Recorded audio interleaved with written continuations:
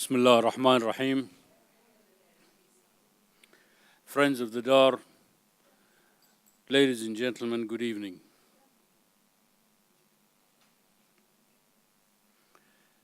Tonight, al-Athar al-Islamiyyah once again welcomes a good friend of the Dar, Professor Giovanni Curatola. Professor Curatola's association with the Dar started many years back. I remember that he curated the first general exhibition of Islamic art in Italy back in 1993. And this excellent association continued since then. He also curated the exhibition Al-Fan, art form from the Islamic civilization, the Sabah collection, when it comes at Sabah collection. When it comes to curating, nobody does it better than Professor Curatola. He not only tastefully displays the objects, but also weaves wonderful stories around them. Now that's talent. Tonight, Professor Curatola will discuss an interesting subject with an intriguing title: Real or Imaginary? Miniatures as a source of knowledge from the history of Islamic art. Last week, we had an excellent lecture on Indian jewelry that made us think of those superb objects from a different and unique perspective. I am certain that Professor Curatola will present the subject of miniatures in an interesting and unique manner. As we study those miniatures, we question whether they reflect factual scenes and events, or are they only just merely recording imaginary objects or subjects? Are they only for the elite or the public? All this and more, the professor will explain. The miniatures tell wonderful stories. They are a treasure of information. One thing Professor will not explain or examine is the use of mobile phones. So please, this is under your control. Please make sure that you turn them off, and let's welcome Professor Giovanni Curatola. Good evening. Can you hear me? Yes, perfect. I am always surprised by these technological things, which frightening me a bit. I'm so happy to be here. It's not the first time I am here in the DAI. Hope it's not the last one after what I'm going to say and to show you, because never knows. And my friend Badr has made a very nice introduction to me, saying things which I'm not going to say, explaining things which I'm not going to explain, but I hope that something will be nice to you about the history of miniatures and what we have about miniatures, and as a source, different things to say about miniatures, I believe. I'm not a miniature man. In a way, I'm not a scholar who studied miniatures. And yes, I like them, not so much in a way. Also because I think that, yeah, I will explain also this. I've chosen this subject because I think that, in a way, the history of Islamic miniature has been studied a lot. We had so many publications. I think the only objects which are more widespread in scholarship than miniatures are carpets, probably. because carpets are sold and there is a good market on carpets. And miniatures are very easy because you have a page, you take a picture and it's flat and is, to study architecture you must travel. To study miniatures you can stay at home with good pictures and looking at the manuscript as well. And this is one reason I don't think that miniatures have been so effective in the history of Islamic art, being that a book is a private fact. It's never public. But anyway, what I try to, I don't know where I have to, oh no, I pressed the wrong button. I'm sorry. Here, I want to start, I mean, I organized my speech in a way, but I must confess that all the time I start a speech, I never know how it's going to finish and what I'm going to say, because you know it's always a work in progress. Anyway, I started with this very famous miniature, which is in the British Museum, by the way, the one of Cajo Germani, and is dated 1396, and is a very famous image. And, you know, is a good miniature, very well painted, and said it's famous, and everybody knows it. I want to point to some little details of this miniature. Not so little, anyway. Because I believe that miniatures, we should look at them in detail and look at what the details can teach to us.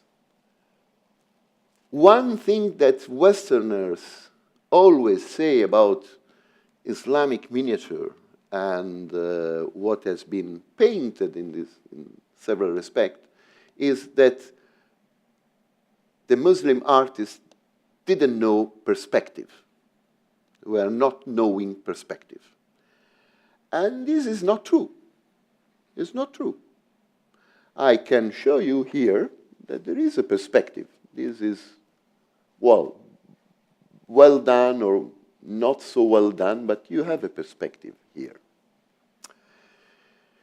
The point is that the miniature is something which has to be, not all them, because we will see also different miniatures which have not this approach. But in a lot of miniatures, you have a world which is beyond what is our perspection, our sensitiveness. What I mean? I mean that you have here different perspectives in the same time.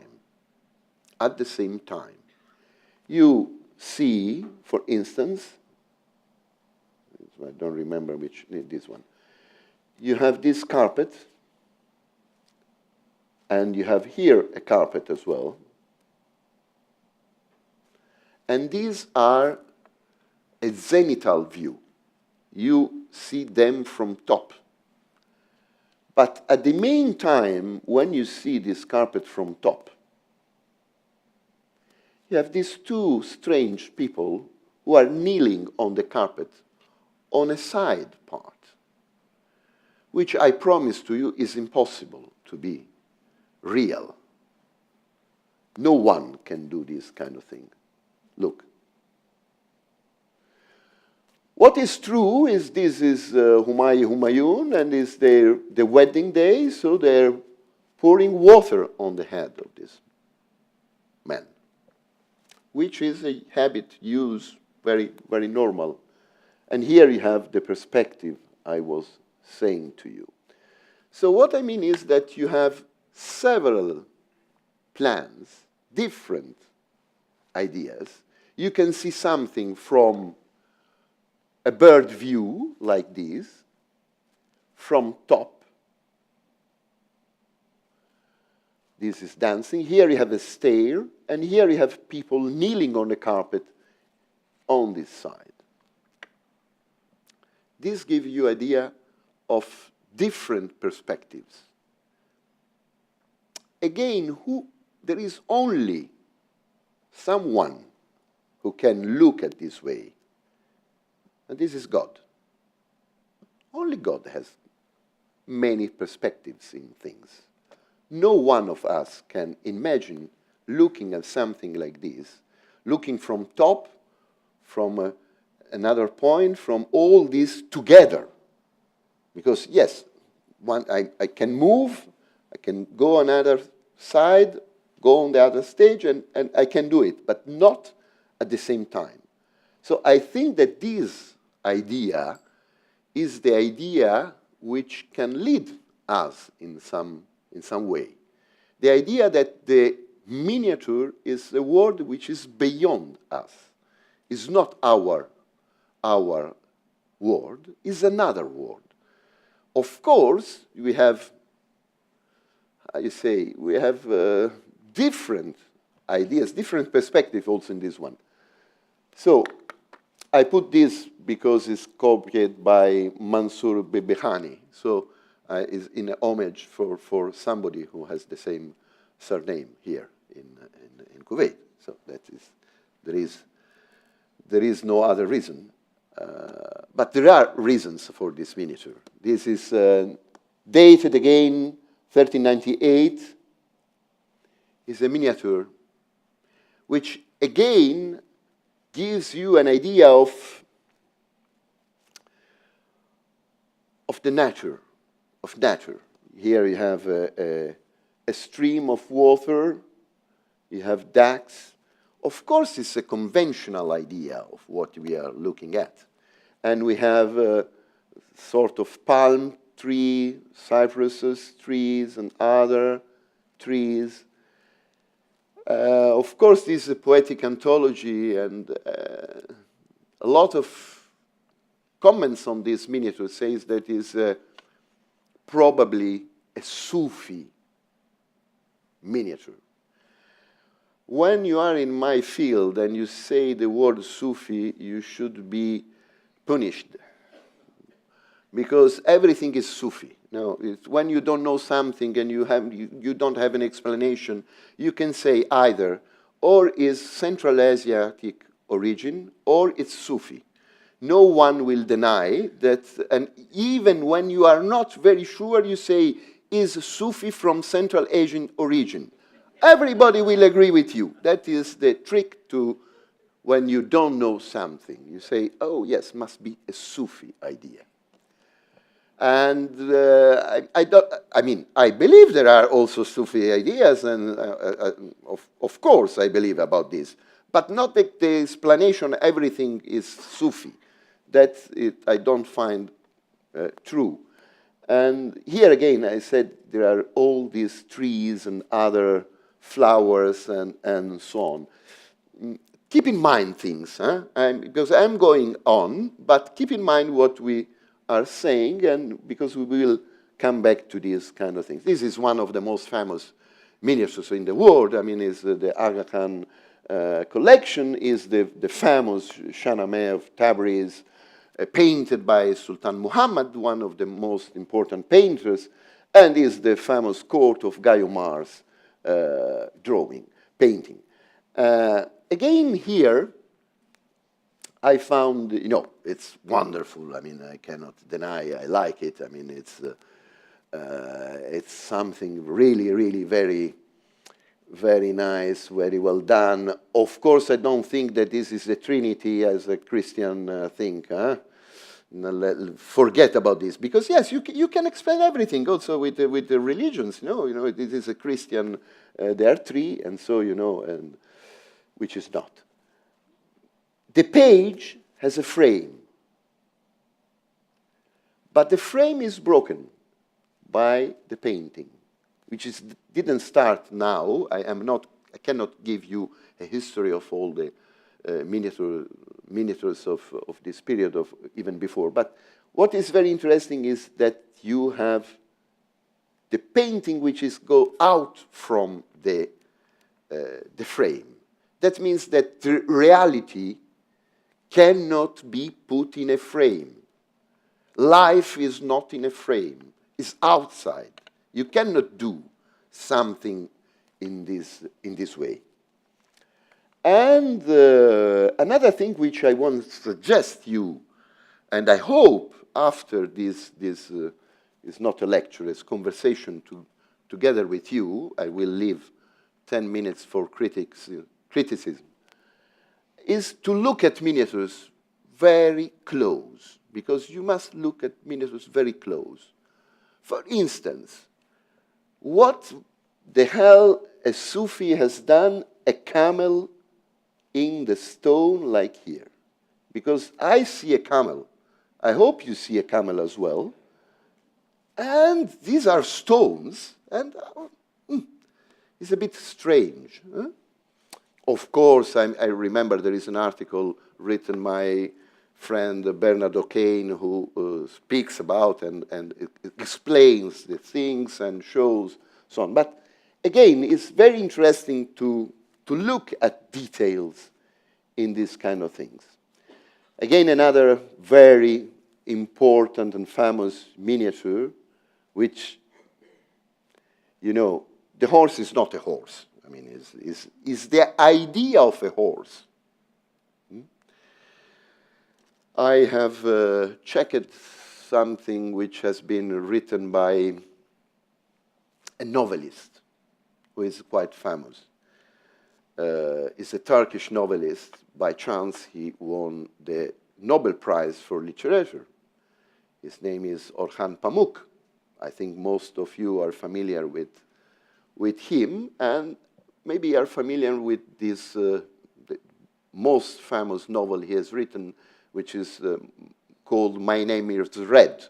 You know, in My Name is Red, which is at the end of the 15th century in Istanbul, he speaks about an atelier of paintings where there is a murder. And I suggest you, if you don't have read it, to read it, the book. I was very interested by the plot. But of course, I was really, what he says about paintings, what he says about miniatures is not true.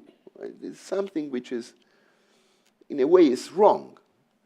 And again, by chance, it's the second time today that I have to quote my old and good friend Nurhan Atasoy. It happened that I met Nurhan Atasoy in Istanbul. I said, listen, have you read it? Yes, of course, I know him very well. He came to me and asked me things about the miniature atelier and so on, and I gave him all the explanations. I said, yes, but how he has written these things? Because I had the same idea. He told me a novel is a novel. Has not to be that you read a novel about miniature painting and you learn about miniature painting. For my plot, it was much better to write what has written. That the painter became blind, and the tradition of blinding the painter and so on. All things which he put in this way. But it's very interesting what he writes about the horse and the idea of the horse. If you go to philosophy, the idea of the horse is an idea which comes back to even different cultures. I still remember the syllogism of a Chinese sophist who was saying, I don't remember the name, it was Chu something, who was saying, a white horse is not a horse. Because a horse is a horse. If it's a white horse, white is too much to say that it is a horse. And it is going on pages and pages and pages demonstrating that a white horse is not a horse. So what is painted here is not a horse, but is the idea of the horse. And Orhan Pamuk spent a lot of time showing that in the time that you look at the horse you are painting, the horse, of course, as myself, as you, has changed in the meantime, and so that is the process of coming. But it has nothing to do with the miniature. and has to do with this beautiful landscape, wonderful landscape, which has been painted and which I show you here. Talking about the source of things which miniatures can help to see, this is a Vatican manuscript, which is the story of Bayard and Riyadh. It's, of course, is the usual terrible story of love, which is a bad love, and then Layla Majnun, very sad stories, like all they are. Juliet and Romeo, Shakespeare, whatever you want. Always is without a good result. But in this case, we have a water wheel, which is exactly what we find in Syria and in most other places where they have been done. And the manuscript is dated at the 13th century, so it's really interesting. This can be used to show how was a water wheel. So this is something which can add something to our knowledge of these materials. I tried to demonstrate that this is Venice, but it's impossible. It's not Venice. I can tell you there is the water. I said, oh, right, these are gondolas. I can try to convince people that this is. But then you have these mosques, the minarets. It's really impossible. And these towers like these. Is a real town or is an imaginary town? I think it's an imaginary town, based on something which can be real. I can show you the Dome of the Rock in different paintings of the Renaissance, which is no more the Dome of the Rock, is something completely different. And here. This is a famous page of a manuscript, the Miraj-Nameh. And for a long time, I was reading all the explanations which were given about this manuscript. And the manuscript and the painting, and, there is 3060, 3070 Ahmad Musa attributed to. This is one of the rare, not so rare, but rare paintings of Prophet Muhammad. And these are two standing people in front of him. This is not complete, but some, because here you cannot see well, but could be one of the first representation of a prayer carpet in a miniature. So it's very interesting. These people is talking each other. And of course, there is this large angel, which is Gabriel, always, showing a town. Which town it is? Oh, this large discussion of scholars. Is Constantinople? Is Mecca? Is Jerusalem? Is whatever? I think that if you read the Miraj-Nameh and you read the story which happens after the Prophet made the Miraj-Nameh, it's very clear. The day after the night, somebody stopped the Prophet out of his house and said, "You look tired," or something alike. "Forgive my confidence with the Prophet. He has forgiven me already. Look tired. What have you done this night?" Prophet could not lie. He said, "I went to Jerusalem and come back." And the man said, "Oh, very interesting.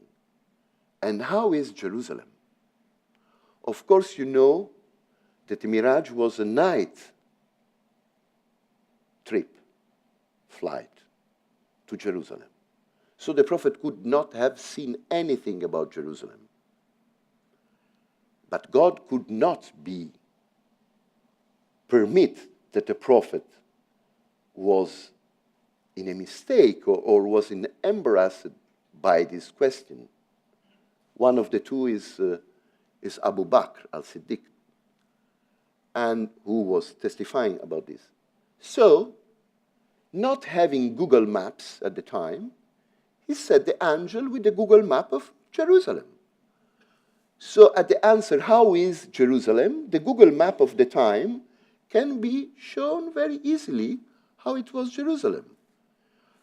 Of course, Jerusalem have not the river, whatever, but the idea is exactly this one. And if you read text and you combine the images with the text, sometimes the text explains the image, sometimes the image explains the text. And this is the case of this thing. Again, the prophet. Again, the same trip. And again, you have the Burak, very nice Burak, and you have 4 angels. What are they doing? They're offering milk, water, wine, and honey. Because this is the story. Again, they say, oh, this.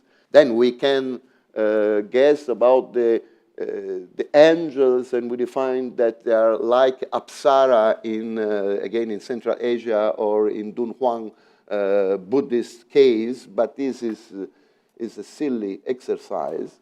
What is very interesting is that it portrays something which is very clear if you read the story of this thing.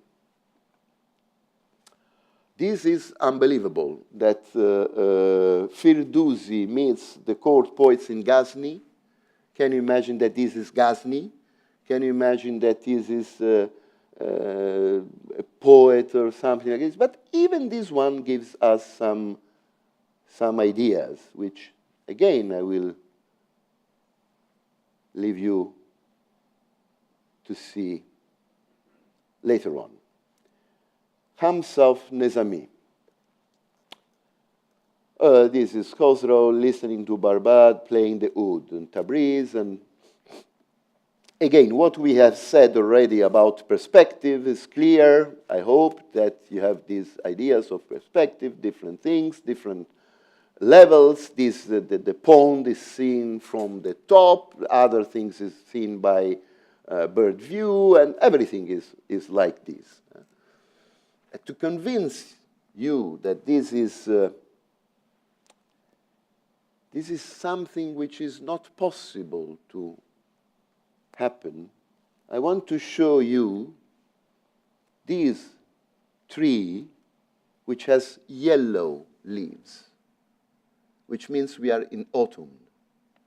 And here you have cypress tree because it's always portrayed, because it's live, is all green, every time green, but you have also peach or apple, whatever they are, blossoms, which means are spring. And it's impossible that something happens at the same time in spring and autumn. They are suggesting us that this thing we are looking at is not in our time, is not a real time, is something which is outside the time. Miniatures are timeless in a way. More. I have pointed on this thing, I mean the face, and the building. Here you have this thing. I was saying about these spandrels, and I was checking in my, I have to confess, in my files of the pictures, and I said, I must have some picture of Kirman. In Kirman, I have made a picture about a dragon with the flying phoenix many years ago, and I said where I have the slide and so on. I said, no, I don't know where I have. So I checked it on internet, and by chance, I have to say that I found my picture, which never give the permission to publish anyway, which is exactly this one. And so I've taken the picture in black and white and put here, just to show that this is a carpet. This is not the same. This is a Sangutsko carpet, so-called. So in this case, we have a time which cannot be that time, because you have spring and autumn together, which never exists. But you have something which is really existing in Kirman, in the madrasa or caravanserai of Ganj Ali Khan, built at the beginning of the 16th century. And you have these kind of tiles, which to me are very similar to this matter. So in this case, this miniature can be trustable in a way and not trustable in the other. Again, we have our, this is a piece which is in Florence, so it's very, very near to where I live, and this is Baron Berenson collection. Itatti is Harvard University, and again here you have these people playing chess and backgammon. Of course, I am not showing you that the white is winning in 3 moves, because it's not this the case, but to show you again this idea in a garden. And again, and when you look now at miniatures, look at the flowers, look at the leaves, look which color have the leaves, and you will discover that in a lot of cases you have leaves which are yellow, because it's autumn, that you have the cypress tree, and that you have a blossom, because this is something which becomes very, very familiar. And here you have the man who is playing backgammon, and here you have the so-called cloud collar with the deer. And here you have an example of a cloud collar, which means is the Chinese dressing style which arrived with the Mongols at the court of the Ilkhanid court in Iran, and which has been portrayed by miniaturists. Again, you have a time which is not the time, but you have this kind of thing. And here you have the carpet. I put here one border of the carpet, which is exactly the same. So it's trustable in some details, but it's not trustable altogether, which is a joke. I am sure they were doing voluntary, the miniaturists, not to be accused to make something which is real, because real things only God can do and create, but joking on this. Something is real, something is not. How you can accuse me to have portrayed the reality when you have somebody who is kneeling on a side? It's impossible. Oh, this is very nice. This is very nice because it's 1540 manuscript. I proposed to somebody to study very close this thing, because, I mean, attributed to Akam Iraq and Mir Said Ali, Nushirvan listening to the owls in the ruined palace. So this is a ruined palace, which means this is an old palace, and of course it's ruined. And they, of course, again, they arrive with our horses, and you can believe or not what they are doing. This is farming, this is the horse. But what is very interesting, the little dog, what is very interesting to me is the details. The details of what is the old palace. This can be an archaeological research on a miniature, because they were quoting how it was built, a palace, not in the mid-16th century, but much earlier, because you have these kind of seals which come from the Mongol period, the Ilkhanid period. So they are not up to date. So forget about the horse, which I said already is not a horse, but all these kind of things can be very interesting. Why I show you this? Because here there is nothing that you can see as real. Everything is imaginary, except the elephant of Al-Hariri.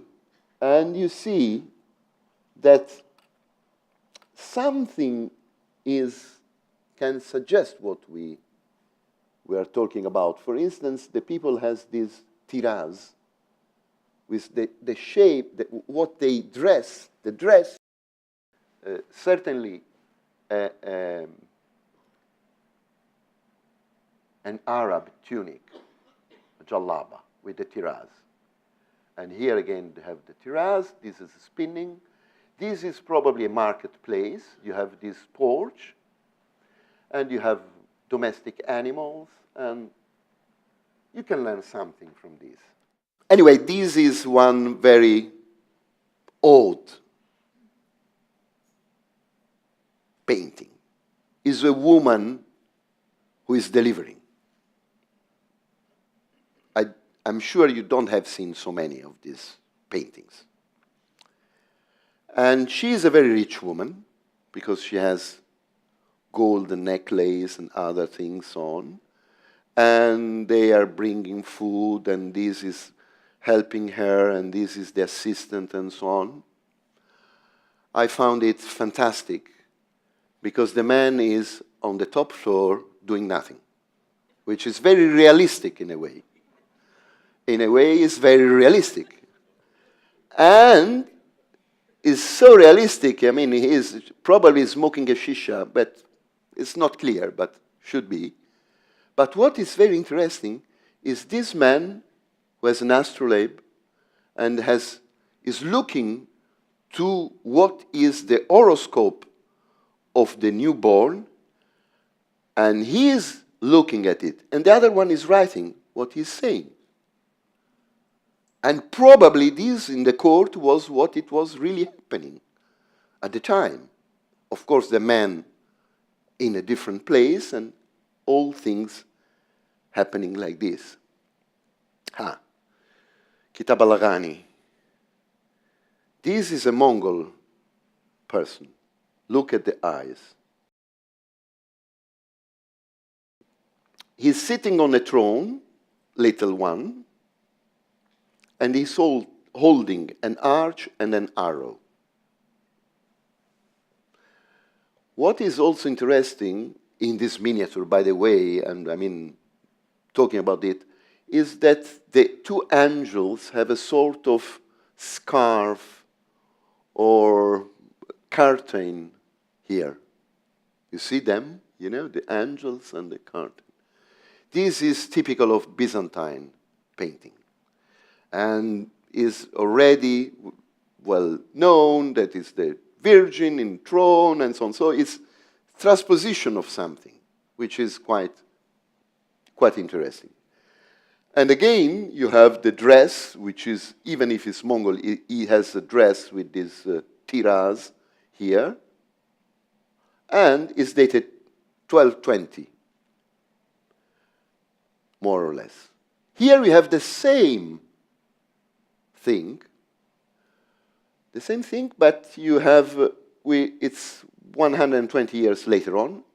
You have again another person, king on throne. This is an acrobat. I tried to do it, it's impossible, you know, because it's round. You know, you broke. I mean, even the best yogi cannot do this. Anyway, again, you have the angels. Here you have the things like this. And here you have something, the curtain, and so on.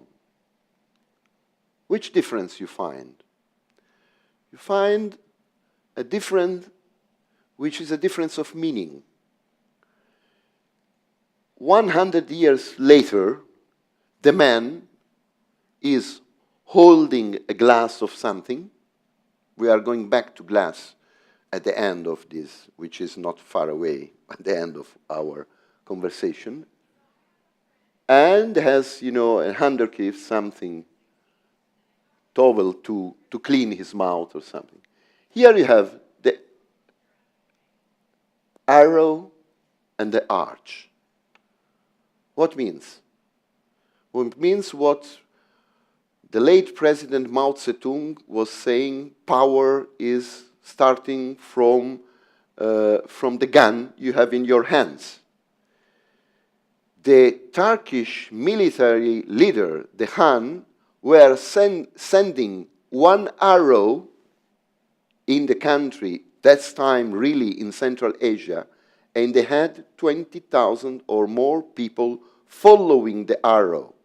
And if they were sending their arch, there was 100,000 people following them. So this is the real image of the king in his power when it portrays a function, because the arch and the arrow are the function of the power of the Khan, of the leader of the tribe, who was going like this. The second one is when has been forgotten, this kind of thing. The king stays on his chair and his bed as acrobats, drinking and doing, is a manner after the one we have seen before. I know why I have put these two pictures, because I like them so much. I have seen this manuscript in Geneva in a private collection, and it's fantastic, because this is it's both, I think it's Nizami.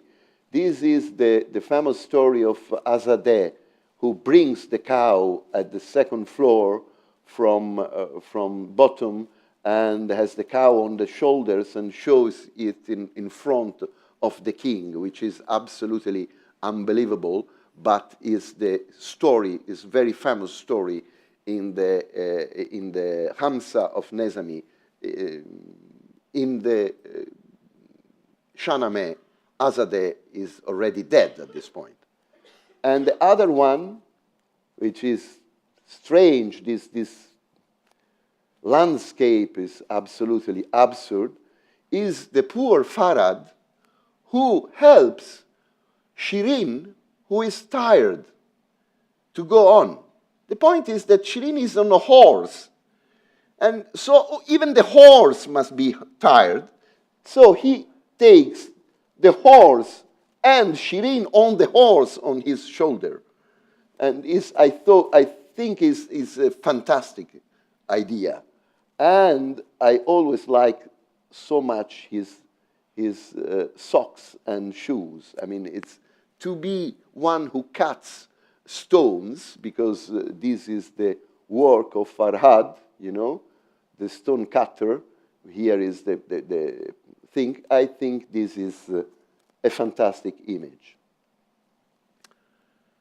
I put this image, but I am ashamed to put it because it's, you know, it's India. It's a famous manuscript of Shahnameh, and we have two alternatives.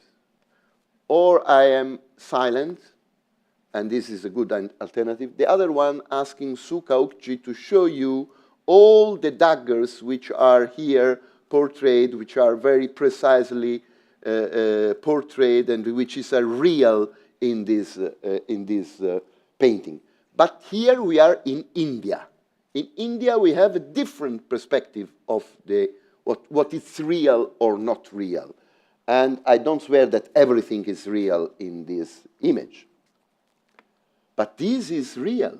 This is absolutely real. Is a zebra inscribed by Jahangir, a zebra which the Rumis brought from Abyssinia with Mir Jafar, painted by Nadir al-Az, the miracle of the age, Ustad Mansur in 1621, the 16th year of the reign. So this is exactly, her name was Carolina, he doesn't say, but it's absolutely true.